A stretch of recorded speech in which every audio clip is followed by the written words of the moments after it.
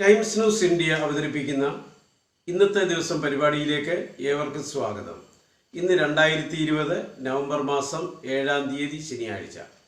കൊല്ലവർഷം 1196, തുലാം 22. ഇന്ന് കാൻസർ ബോധവൽക്കരണ ദിനമാണ്. റേഡിയോ ആക്ടിവിറ്റിയിൽ നിരന്തരം ഗവേഷണം നടത്തുകയും അതുവഴി കാൻസർ രോഗം ബാധിച്ച് മരണത്തിന് കീഴടങ്ങുകയും ചെയ്ത മാഡം ക്യൂറിയുടെ ജന്മദിനം നവംബർ മാസം 7-ാം തീയതിയാണ്. ഈ ദിനത്തെ അനുസ്മരിച്ചുകൊണ്ടാണ് കാൻസർ ബോധവൽക്കരണ ദിനം ആചരിക്കുന്നത്. 1867 പോളണ്ടിൽ അവർ ജനിച്ചു. ഇന്ന് ശിശു സംരക്ഷണ ദിനമാണ്, ഇൻഫന്റ് പ്രൊട്ടക്ഷൻ ഡേ. ദേശീയ ഭാരത സ്കൗട്ട്സ് ആൻഡ് ഗൈഡ്സ് സ്ഥാപക ദിനമായി ഇന്ന് ആചരിക്കുന്നു.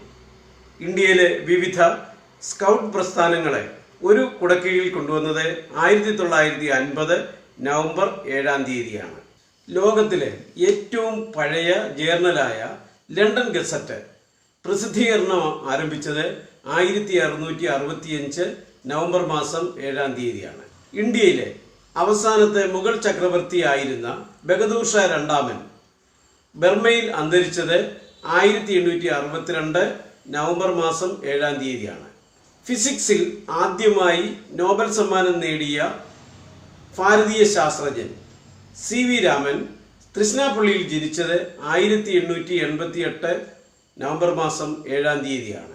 തിരുവിതാംകൂറിലെ അവസാനത്തെ ഭരണാധികാരിയായിരുന്ന ശ്രീ ചിത്ര തിരുനാൾ മഹാരാജാവ് കവടിയാർ കൊട്ടാരത്തിൽ ജനിച്ചത് 1912 നവംബർ മാസം 7-ാം തീയതിയാണ്.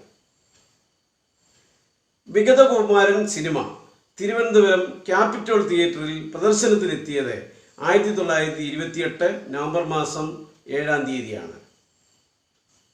ചലച്ചിത്ര മേഖലയിലെ ബഹുമുഖ പ്രതിഭ കമലഹാസൻ മദ്രാസിനടുത്ത് പരമകുടിയിൽ ജനിച്ചത് 1954 നവംബർ മാസം 7-ാം തീയതിയാണ്.